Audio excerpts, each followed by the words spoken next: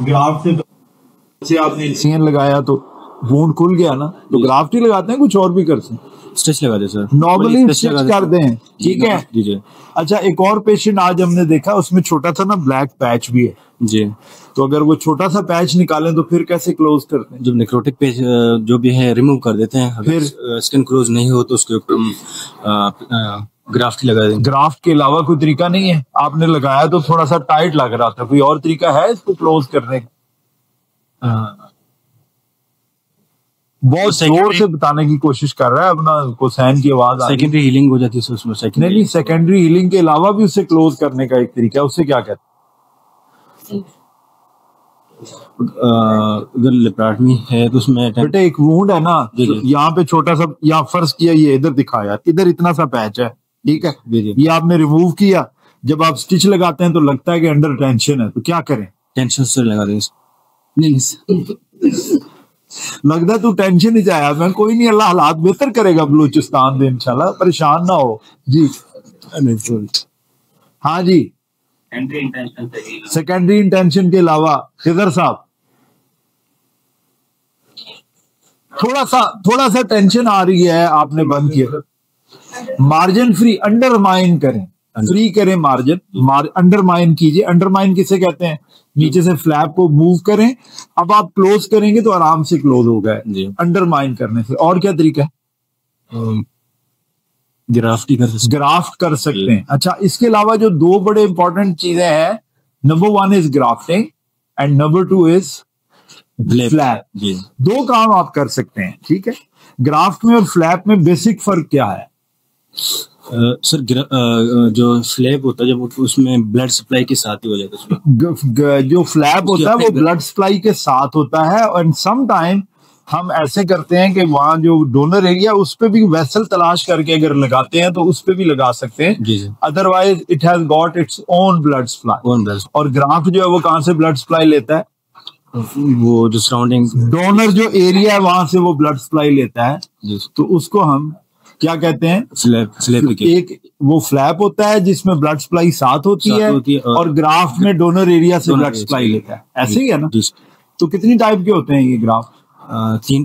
4 type के होते हैं सर। 1 2 3 4 खुद ही बताएं, सोच के बताएं कितने? 3 टाइप के होते हैं। एक skin split thickness skin graft, और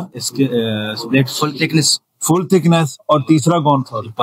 पार्शियल थिकनेस। ठीक है, ये डिफरेंट टाइप के ग्राफ्ट हैं जो थोड़े थोड़े फर्क के साथ हम लगाते हैं, ठीक है। फुल थिकनेस कहाँ पे लगाते हैं? कहीं फुल थिकनेस ग्राफ्ट भी लगाते हैं? फुल थिकनेस फेस पे लगाते हैं। फेस पे कॉस्मेटिक जहाँ पे एरिया हो वहां पे हम फुल थिकनेस लगाते हैं। और जो स्प्लिट थिकनेस या पार्शियल थिकनेस ग्राफ्ट है, जहाँ फ्रिक्शन होती हो ना, वहां नहीं लगाते हैं, वहां प्रॉब्लम रहती है। अच्छा, इसका ग्राफ्ट हमने करना है तो ग्राफ्ट करने से पहले वो एक कहते हैं कल्चर करवा ले। वो कल्चर क्यों करवा? कल्चर सिस्टम करके कोई ग्राफ्ट रिजेक्शन हो जाए। रिजेक्शन हो जाती है। कल्चर में ऐसी क्या रिपोर्ट आए तो आप ग्राफ्ट नहीं लगाएंगे? सूडोमोनास ना आ जाए कोई। एब्सोल्यूट कंट्राइंडिकेशन क्या है? सूडोमोनास नहीं है, ये बता दूं आपको। हाँ, मुझे सुनाई नहीं दिया। हाँ, स्ट्रेप्टोकोकस बीटा हिमोलिटिकस अगर ये आ जाए तो it's an absolute contraindication to the graft. So that's why हमें क्या करना होता है, इससे पहले कल्चर करवाना होता है, ठीक है। और कल्चर करवा के हम देखते हैं। Pseudomonas is a relative contraindication. Nosocomial infections आमतौर पे इससे होती हैं, हॉस्पिटल एक्वायर्ड इन्फेक्शंस हो जाती हैं।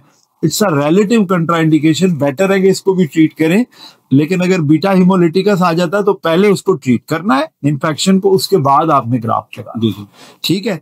तो सुबह ये पेश है, उधर भी ग्राफ्ट लगा रहे हैं, फिर सेकेंडरी हीलिंग हो जाती है। यहाँ ये नॉर्मल सेकेंडरी हीलिंग हो जाती है, just like the grazing field. Grazing field आपने देखी है, वहां क्या करता है वो माली, ठीक है। माली क्या करता है, छोटे छोटे एरिया पे ना छोटे छोटे ग्राफ्ट लगाता है।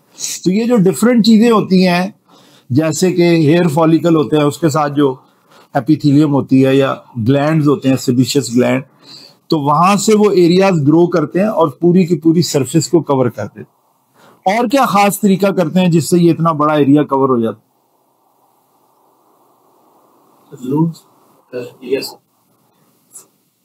मैशिंग करते हैं, ठीक है। उसके लिए अपने पास एक मैशर भी होता है। जब हमारे पास मैशर नहीं होता था तो हम, जब ग्राफ्टिंग यही जनरल सर्जरी में होती थी, तो हम मैश खुद भी बना लेते थे, उसमें सुराख बना लेते। फायदा क्या होता है मैश बनाने का?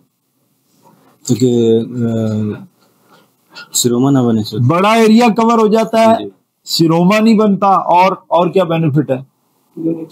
ड्रेनेज प्रॉपर हो जाए, ड्रेनेज प्रॉपर हो जाती है, चांसेस ऑफ इन्फेक्शन कम हो जाते, ठीक है।